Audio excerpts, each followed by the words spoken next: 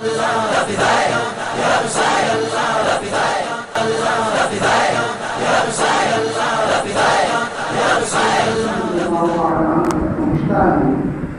حسنی اور حسینی دونوں سے کیے، دونوں شہزادوں کا فیض آپ کی ذات گرامی میں جمع ہے، اور آپ نے ابتدائی تعلیم جو ہے اپنے محلے میں ہی حاصل کی۔ کسی نے آپ سے پوچھا کہ حضور آپ کو کیسے پتہ چلا کہ آپ اللہ کے ولی ہیں؟ تو آپ نے فرمایا کہ جب میں مدرسے میں پڑھنے کے لیے جاتا تھا تو آواز آتی تھی اللہ کے ولی کے لیے جگہ خالی ہے، اللہ کے ولی کے لیے جگہ چھوڑ دو۔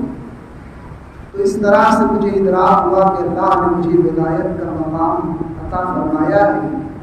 اپنے مدرسے میں ابتدائی تعلیم حاصل کی، 18 سال تک اپنے آبائی وطن، آپ کا آبائی وطن جو ہے وہ گیلان ہے۔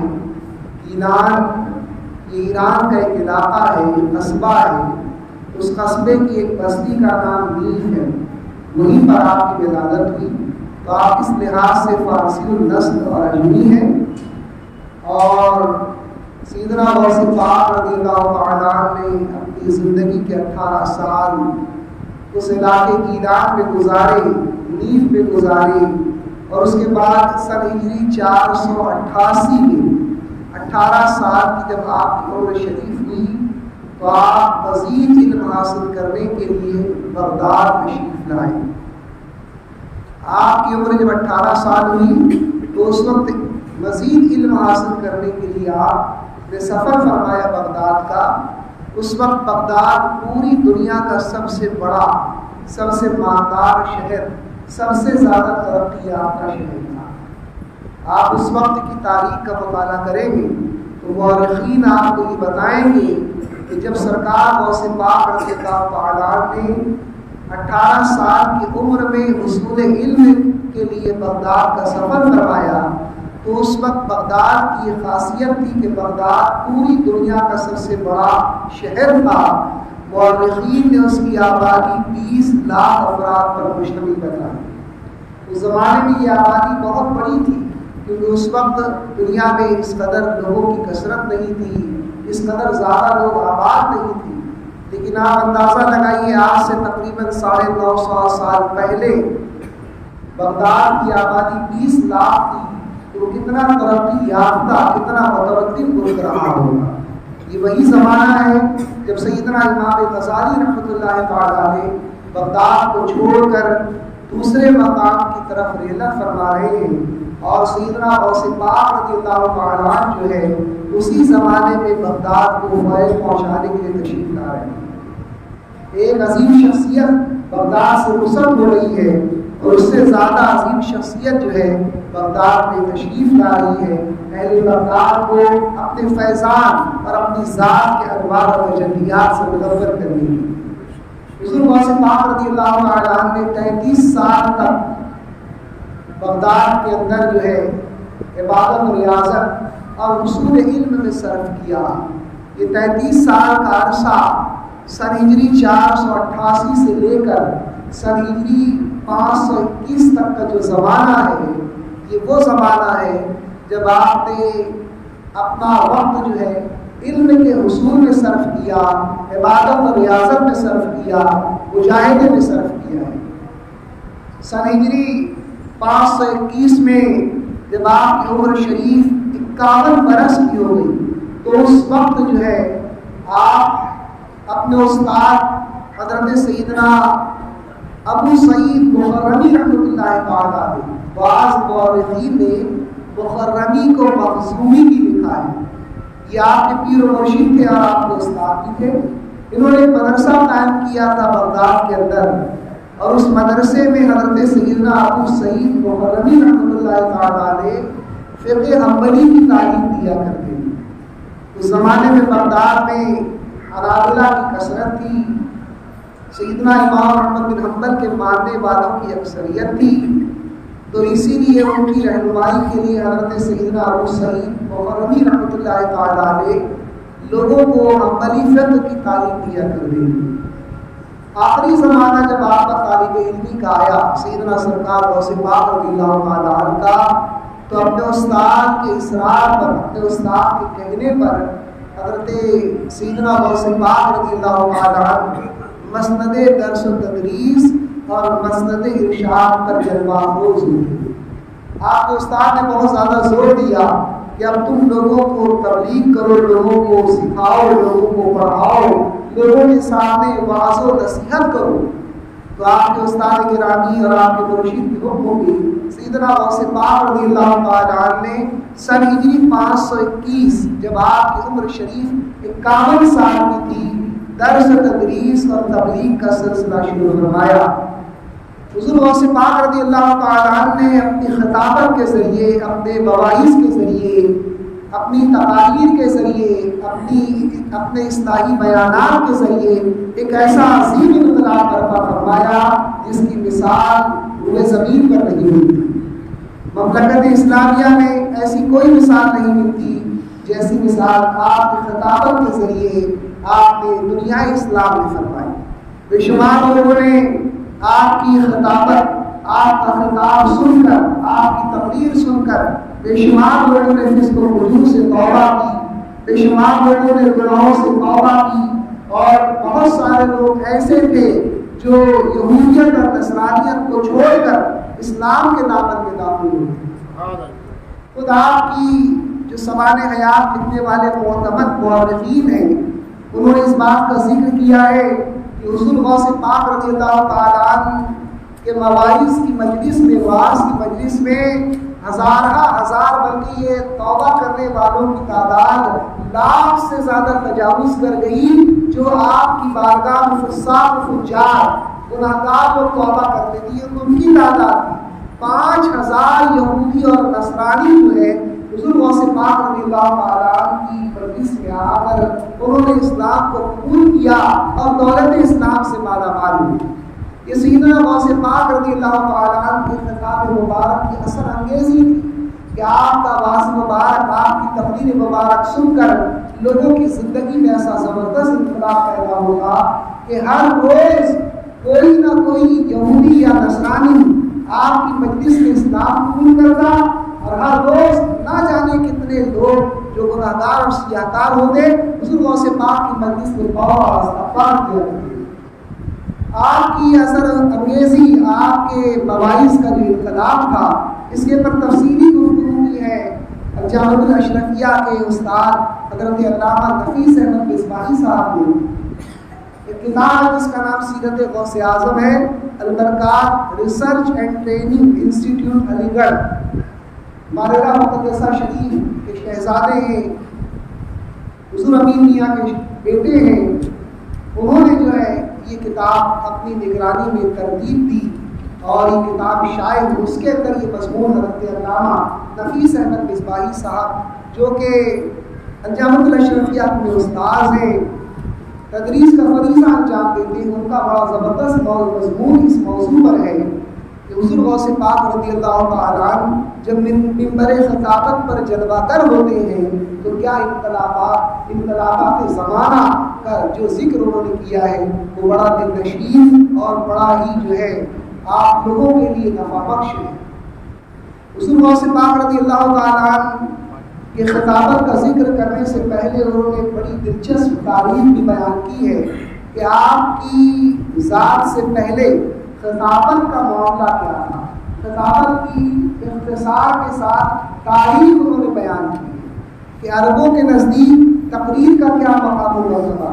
آج تقاریر کی کوئی خاص اہمیت نہیں ہوتی، پھر بھی لوگ دین اور تبلیغ کے اشاعت کے لیے تقریر کو ہی بےحد مؤثر ذریعہ مانتے ہیں، لیکن عربوں کے نزدیک اس کی اہمیت بہت زیادہ تھی۔ اہل عرب خطیب ہونا بہت بڑے کمال کی علامت سمجھتے تھے، اور ان کے درمیان یہ مشہور تھا کہ ہر قبیلے میں کوئی بڑا خطیب ہونا چاہیے اور کوئی جلیل القدر شاعر ہونا چاہیے۔ یہ حضور کی بعثت سے پہلے کا حال ہے کہ عہد جاہلیت میں ہر قبیلہ اس بات کا متمنی ہوا کرتا تھا، اس بات کی خواہش رکھتا تھا کہ اس کے قبیلے میں کوئی نامور خطیب ہو اور کوئی جلیل القدر شاعر ہو جو ہمارے جذبات اور احساسات کی ترجمانی کر سکے، اور وہ متعدد مقاصد کے لیے جو ہے ان کا استعمال کیا کرتے ہیں۔ تو جنگ بدر کے موقع پر آپ نے پڑھا ہوگا کہ حضرت سیدنا حمزہ رضی اللہ تعالیٰ عنہ کی جو قاتلہ رہے، جنہوں نے قتل کیا تھا حضرت حبشی رضی اللہ تعالیٰ عنہ نے، اور آپ کا جگر چبایا تھا حضرت ہند رضی اللہ تعالیٰ عنہ نے، انہوں نے اپنے ساتھ جو ہے کچھ عورتوں کو لے کر لیا تھا جنگ بدر کے موقع پر، اور یہ عورتیں جو اشعار پڑھ پڑھ کے جو ہے لشکر کے سپاہیوں کا حوصلہ بڑھا رہی ہیں۔ تو اس زمانے میں شعر و شاعری اور خطابت لوگوں کے اندر جنگ کا جذبہ تیز کرنے کے لیے بھی استعمال کیا جاتا ہے۔ تقریروں کا استعمال اس لیے بھی کیا جاتا تھا کہ لوگوں کے اندر جو ہے جنگ کا جذبہ پیدا ہو، جان قربان کرنے کا جذبہ پیدا ہو، قومی عصبیت پیدا ہو، اپنے قبیلے کے تعلق سے فخر پیدا ہو۔ ان ساری خوبیوں کو پیدا کرنے کے لیے اہل عرب جو ہے خطابت کو بہت زیادہ اہمیت دیتے تھے، شعر و شاعری کو بہت زیادہ اہمیت دیتے تھے۔ تو قبیلہ ایاد کے ایک بڑے مشہور خطیب کا ذکر کیا ہے حضرت علامہ نفیس احمد مصباحی صاحب نے، جن کا نام قصل بن ایاد، قصل بن سعادہ الایادی، قصل بن سعادہ الایادی جو ہے یہ حضور اکرم صلی اللہ علیہ وسلم کی بعثت سے پہلے زمانہ جاہلیت کے خطیب اور شاعر تھے، بہت نامور خطیب تھے۔ اتنا نام تھا ان کا کہ ان کے تعلق سے کہا جاتا ہے کہ یہ صرف زمانہ جاہلیت کے سب سے بڑے خطیب نہیں تھے، بلکہ پورے عرب میں ان سے بڑا اور ان سے عظیم خطیب کوئی نہیں تھا۔ بعد کے لوگوں نے بھی ان کو جو ہے بڑا عظیم اور بڑا عظیم خطیب مانا، اور بڑا دانشور اور بڑا ذکی اور فہیم مانا ہے۔ ان کے تعلق سے ملتا ہے کہ یہ جو ہے سب سے پہلے انہوں نے نعرہ تکبیر بلند کیا تھا۔ آپ سے پہلے کسی نے نعرہ تکبیر، اللہ اکبر کا جو نعرہ ہم لوگ لگاتے ہیں، یہ جو اللہ اکبر کہا جاتا ہے یہ نعرہ تکبیر ہے، سب سے پہلے آپ نے نعرہ تکبیر بلند کیا۔ یہ حضرت قص رضی اللہ عنہ ان کے تعلق سے علماء کا اختلاف ہے کہ صحابہ میں سے ہے یا نہیں، لیکن علامہ ابن حجر اسقلانی علیہ صحابہ فی تمییز الصحابہ کے اندر جو ذکر کیا اس سے یہ سمجھ میں آتا ہے، اور جو باتیں آپ کے تعلق سے بیان کی گئی ہیں وہ آپ کی صحابیت پر دلالت کرتی ہیں اور یہ ظاہر کرتی ہیں کہ آپ کی صحابی ہیں۔ اگرچہ حضور اکرم صلی اللہ علیہ وسلم کا دیدار آپ کو حاصل نہیں تھا، حضور اکرم صلی اللہ علیہ وسلم کا دیدار مبارک آپ نے نہیں کیا، لیکن سرکار دو عالم صلی اللہ علیہ وسلم نے آپ کی تعریف فرمائی۔ علامہ ابن حجر اسقلانی نے ذکر کیا علیہ صحابہ کے اندر یہ جو حضرت قص تھے یہ بڑے نامور خطیب تھے۔ یہ اس زمانے میں عرب میں میلے ٹھیلے بہت ہوا کرتے تھے، جشن کی محفلیں سجتی تھیں، تو یہ ان مجلسوں میں جاتے تھے، اور ان مجلسوں میں جانے کے بعد جو ہے لوگوں کے سامنے واعظ و نصیحت کیا کرتے تھے، لوگوں کے سامنے تقریر کیا کرتے تھے، اور ان کی تقریر اس قدر دل نشین ہوا کرتی تھی، ان کو اپنی تقریر پر اس قدر مہارت حاصل تھی، تقریر کے تمام اسلوب کو جاننے والے تھے۔ وہ تقریر جس طرح سے کی جاتی ہے سارے طریقے ان کو معلوم تھے، اور وہ اس طرح سے اپنی دل نشین بات لوگوں کے سامنے پیش کیا کرتے تھے۔ وہ قیامت کا ذکر کیا کرتے تھے، اور مرنے کے بعد اٹھنے کے بعد مرنے کے بعد دوبارہ زندہ کیا جائے گا، اور اپنے اعمال کی ہم کو جواب دہی کرنی ہے۔ اس طرح سے لوگوں کو جو ہے عقیدہ آخرت کی تبلیغ کیا کرتے تھے، عقیدہ آخرت کے تعلق سے ان کو بتایا کرتے تھے۔ یہ حضور کی بعثت سے پہلے کی بات ہے، حضور اکرم صلی اللہ علیہ وسلم نے ابھی اعلان نبوت نہیں فرمایا ہے۔ وقاص کی منڈی جو ہے بڑی مشہور منڈی تھی اس زمانے میں، بہت زبردست میلے کا اہتمام کیا جاتا تھا، بڑا زبردست جشن منایا جاتا تھا۔ اس میلے کے اندر تمام عرب کے تمام قبائل جو ہے وہاں پر موجود ہوتے تھے، الگ الگ قبیلوں کے الگ الگ خیمے ہوا کرتے تھے، الگ الگ مقام ہوا کرتے تھے، اور وہاں وہ جو ہے طرح طرح کے پروگرام کیا کرتے تھے۔ تو ایسے میلوں میں بھی جا کر جو ہے حضرت قدس جو ہے تقریر کیا کرتے تھے، لوگوں کو اخلاق حسنہ کی تلقین کیا کرتے تھے، لوگوں کے اندر اخلاقی خوبیاں پیدا کیا کرتے تھے، لوگ ان کی دانشوری اور ان کی معاملہ فہمی سے اس قدر متاثر تھے کہ اپنے پیچیدہ معاملات کے سلسلے میں ان سے مشورہ لیتے۔ ان کی تقریر کا اثر کیا ہوا، ان کے خطاب کا اثر کیا ہوا؟ یہ ہوا کہ عرب کے جو لوگ تھے، عرب کے مختلف قبائل کے لوگ وہ حضرت قدس کے پاس جو ہے اپنے پیچیدہ معاملات کے لیے مشورے کے لیے جاتے تھے، اور مشورے کے لیے جانے کے بعد جب وہ کوئی فیصلہ کر دیتے تھے، مقدمے کا کوئی فیصلہ کر دیتے تھے، تو وہ ان کے فیصلے پر سر تسلیم خم کر دیتے، ان کی بات کو تسلیم کر لیتے تھے، اگرچہ وہ بات ان کے مخالف ہو تو بھی جو ہے ان کے نزدیک حضرت قدس کی اتنی اہمیت تھی کہ وہ ان کی بات کو تسلیم کر لیا کرتے تھے۔ آپ کے تعلق سے ملتا ہے کہ سب سے پہلے آپ نے جو ہے تلوار سے ٹیک لگا کر خطبہ دیا۔ آج سے پہلے کسی نے تلوار سے ٹیک لگا کر خطبہ نہیں دیا تھا۔ اس کے بعد آپ کے تعلق سے یہ بھی ملتا ہے کہ سب سے پہلے اونچی جگہ پر کھڑے ہو کر خطبہ دینے کا بھی جو رواج ہے یہ آپ نے شروع کیا۔ آپ سے پہلے لوگ جو ہے مسطح زمین، ہموار زمین پر کھڑے ہو کر خطاب کیا کرتے تھے، تقریر کیا کرتے تھے۔ آپ نے سب سے پہلے اس بات کا اہتمام کیا کہ اونچی جگہ پر کھڑے ہو کر لوگوں کو خطاب کرنا شروع کیا۔ اس کے بعد آپ کے تعلق سے یہ بھی ملتا ہے کہ سب سے پہلے اما بعد کا جو لفظ ہے، جب بھی کوئی خطیب بعد میں خطبہ پڑھتا ہے تو آیت کریمہ کی تلاوت کرنے کے بعد اما بعد کہتا ہے۔ یہ اما بعد جو کہنے کا جو آغاز ہے یہ آپ ہی نے کیا ہے۔ سب سے پہلے حضرت قدس نے اما بعد کا لفظ استعمال کیا، اور یہ لفظ ایسا مشہور ہوا کہ امتداد زمانہ کے باوجود آج بھی ہر خطیب یہ لفظ خطبے کے آخر میں استعمال کرتا ہے۔ یہ حضرت قدس کی فضیلت اور ان کی کرامت اور ان کی بزرگی ایسے زبردست خطیب تھے کہ جو باتیں رائج کی وہ آج تک رائج ہیں۔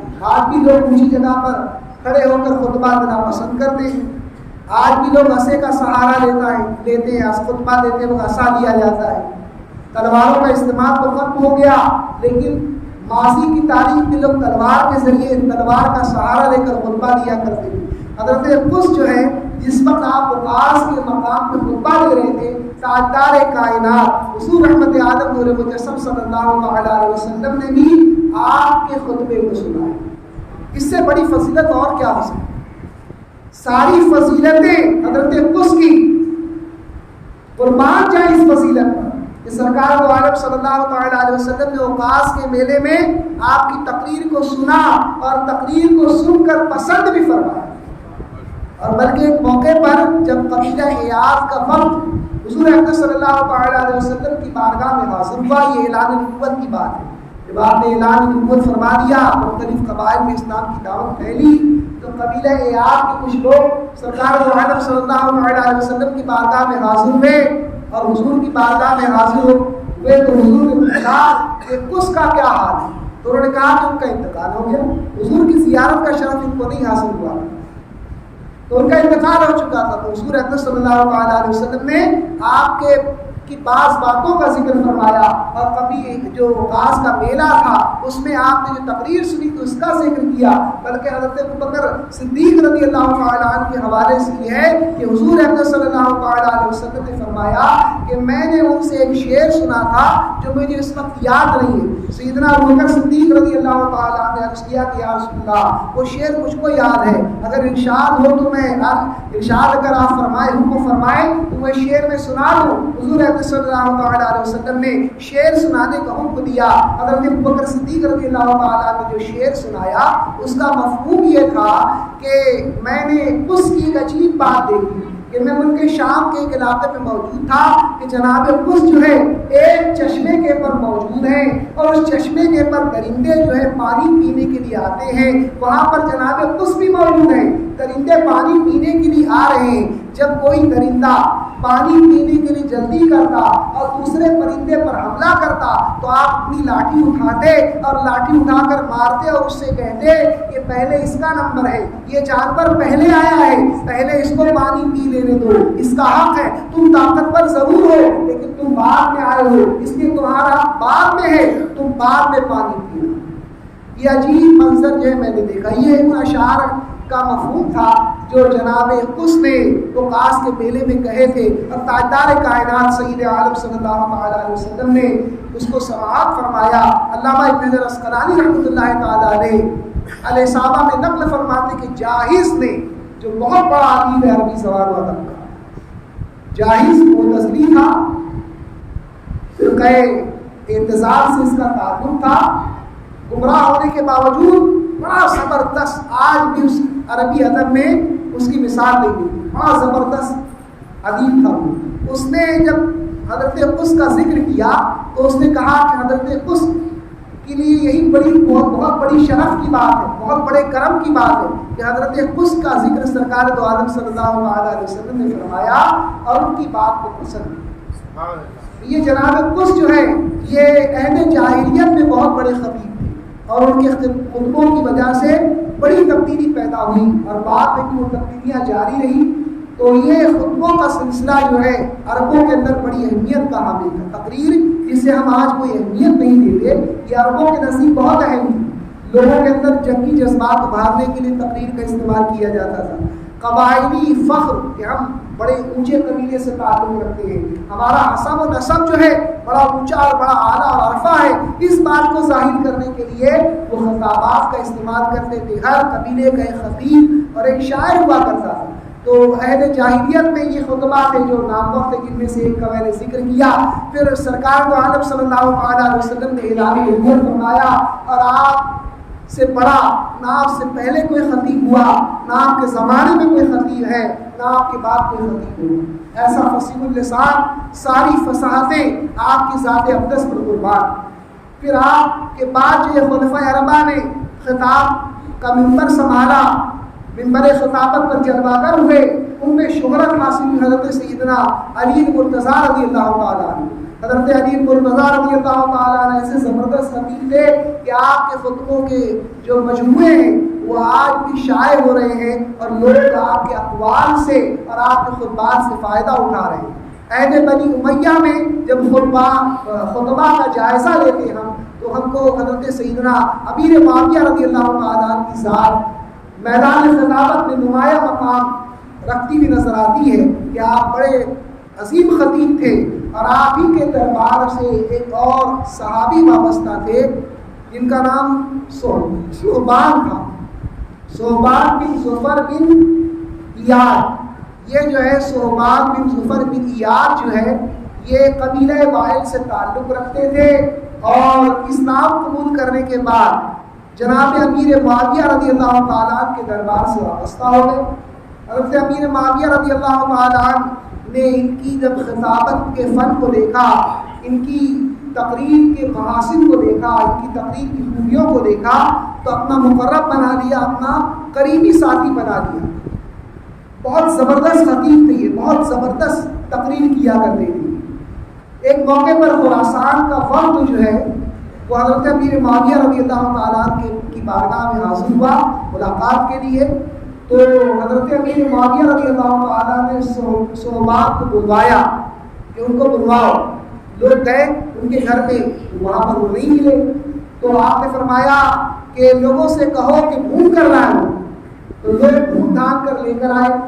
حضرت امیر معاویہ رضی اللہ تعالیٰ نے صحبان کو حکم دیا کہ جو خراسان کا وفد ہے اس کے سامنے آپ تقریر کرو، تو انہوں نے کہا کہ میرے لیے عصا لایا جائے۔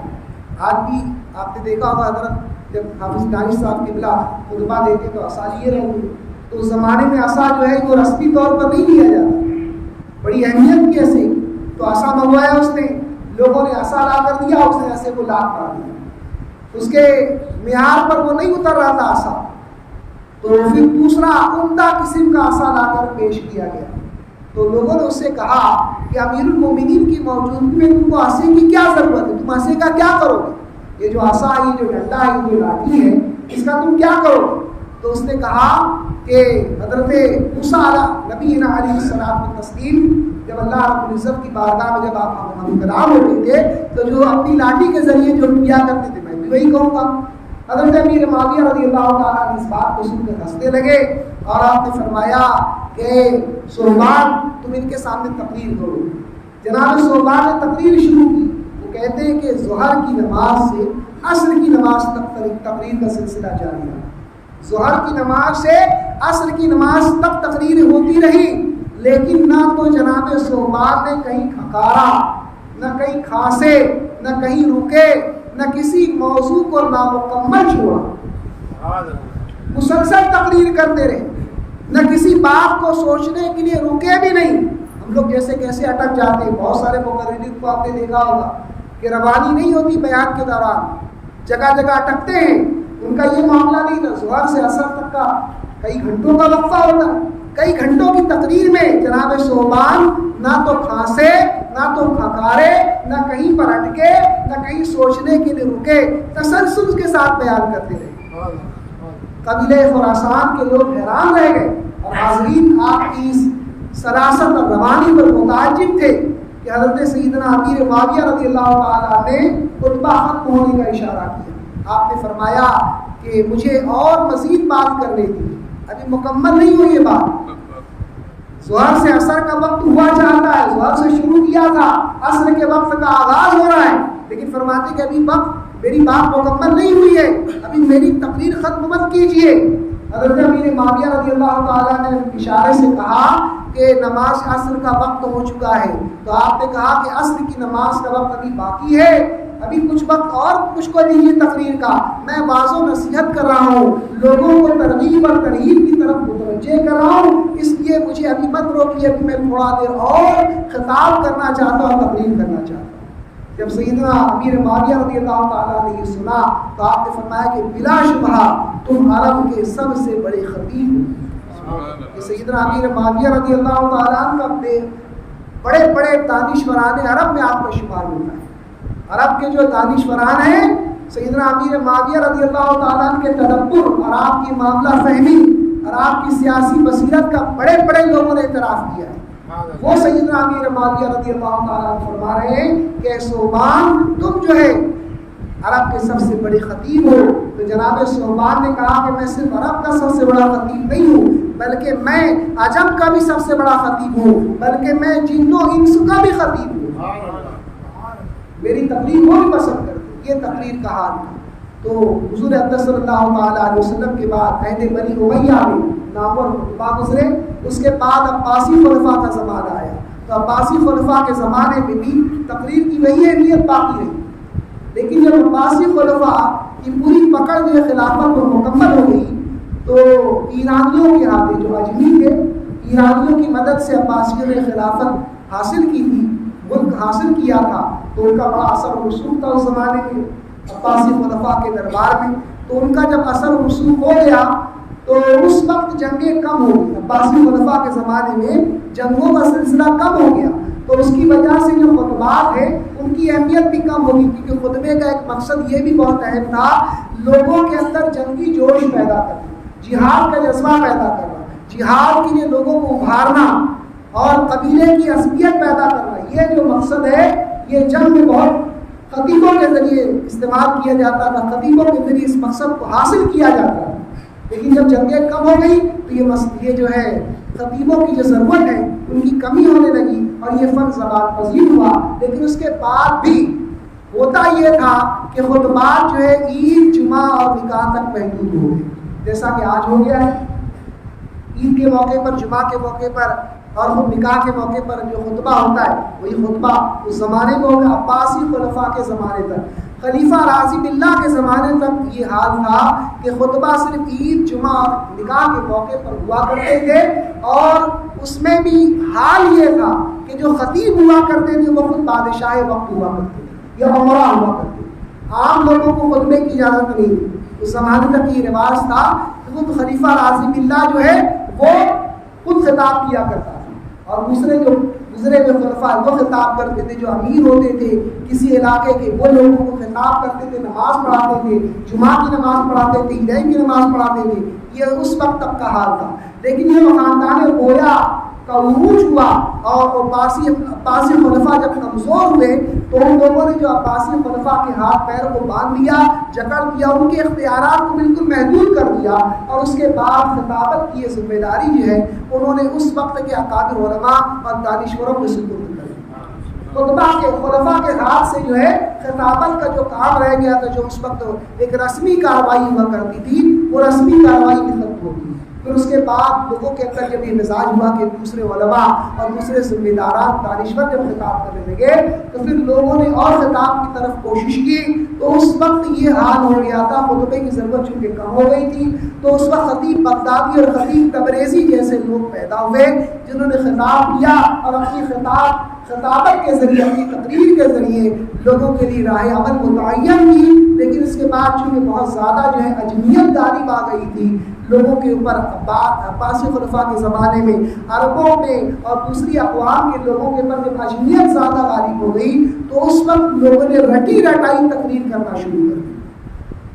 اور ابن نباتاتا مصری رحمۃ اللہ تعالیٰ ایک بہت بڑے خطیب ہیں جو 7ویں صدی ہجری کے بزرگ ہیں، انہوں نے خطبات کا مجموعہ ترتیب دیا تھا. تو لوگوں نے یہ شروع کیا کہ ان کے خطبات کو رٹ کر جو ہے تقریر کرنا شروع کر دی. معنی اور مفہوم کو بھی نہیں سمجھتے. حضرت علامہ نفیس احمد مصباحی صاحب نے لکھا کہ لوگ معنی اور مفہوم کو بھی نہیں سمجھتے تھے، اور ان کی رٹی رٹائی خطبات کی جو تقریریں ہوا کرتی تھی، ان کے جو خطبات کا جو مجموعہ تھا، ان میں جو تقاریر تھی، ان تقریروں کو رٹ لیا کرتے تو رٹی رٹائی تقریر جو ہے لوگوں کے سامنے پیش کیا کرتے تھے.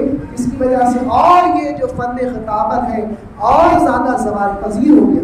پھر مصر میں جو ہے جامع ازہر میں اس فن کو دوبارہ زندہ کیا، ایک شعبہ کو دعوت التبلیغ کا قائم کیا، اور دعوت التبلیغ کے اندر اس نے باصلاحیت خطیبوں کو تیار کیا. اس طرح سے جو خطابت کو پھر عروج حاصل ہوا. لیکن وہ عروج پھر بھی ویسا حاصل نہیں ہوا جیسا کہ عہد جاہلیت میں، عہد صحابہ میں، عہد بنی امیہ میں جو خطابت میں جو اہمیت حاصل تھی، وہ اہمیت آج تک اس کو حاصل نہیں ہو سکی. لیکن سرکار سیدنا غوث پاک رضی اللہ تعالیٰ عنہ نے جب آپ نے ممبر خطابت پر آپ جلوہ گر ہوئے، اس وقت اپنی خطابت کے ذریعے آپ نے کیسا عظیم انقلاب برپا کیا.